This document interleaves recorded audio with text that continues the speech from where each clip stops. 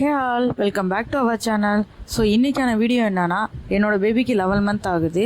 11 மந்தில் என்னோடய பேபிக்கு சக்கரவள்ளி கிழங்கு, அதாவது ஸ்வீட் பொட்டேட்டோ எப்படி மேக் பண்ணியிருக்கேன் அப்படிங்கிறத இந்த வீடியோவில் கொடுத்துருக்கேன். ஸோ இந்தமாரி வீடியோஸ், அதாவது பேபி டிப்ஸ் இதெல்லாம் வேணும்னா நம்ம பேஜை சப்ஸ்கிரைப் பண்ணிக்கோங்க. தென் பெல் பட்டனை கிளிக் பண்ணிக்கோங்க. அதோடு சேர்த்து லைக்கும் போட்டுக்கோங்க. ஸோ வாங்க வீடியோக்குள்ளே போகலாம். ஸ்வீட் பொட்டேட்டோ ரொம்ப ஹெல்த்தின்னு சொல்கிறாங்க. ஸோ அது நான் இப்போ தான் அவனுக்கு ஃபஸ்ட் டைம் ட்ரை பண்ணுறேன். நான் இது 7 மந்த்லேருந்தே ஆனால் பேபிஸ்க்கு கொடுக்க ஆரம்பிக்கலாம்.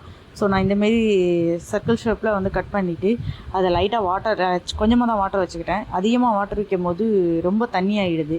இது செகண்ட் டைம் நான் ட்ரை பண்ணியிருக்கேன் அன்றைக்கே. ஸோ அதுக்கப்புறம் இந்தமாதிரி வெந்ததுக்கப்புறம் நான் தனியாக வடிகட்டி எடுத்துக்கிட்டேன். வடிகட்டினதுக்கப்புறம் கையால் தான் மசிச்சு விட்டேன். ஏன்னா நான் மிக்சியில் போடலை இந்த தடவை. லைட்டாக வாட்டரில் மில்க் ஆட் பண்ணி நீங்கள் கையாலேயே மசிச்சு விட்டுங்க. இல்லை மத்து இருந்துச்சு அப்படின்னா மத்தால் கடைஞ்சி விட்டுக்காங்க. அது ரொம்ப சாஃப்டாக இருக்கும் மிக்சியை விட. ஏன்னா இந்த மாதிரி ஐட்டம்ஸ்லாம் ரொம்ப ஈஸியாக வந்து வெந்துடுது, இதாகிடுது.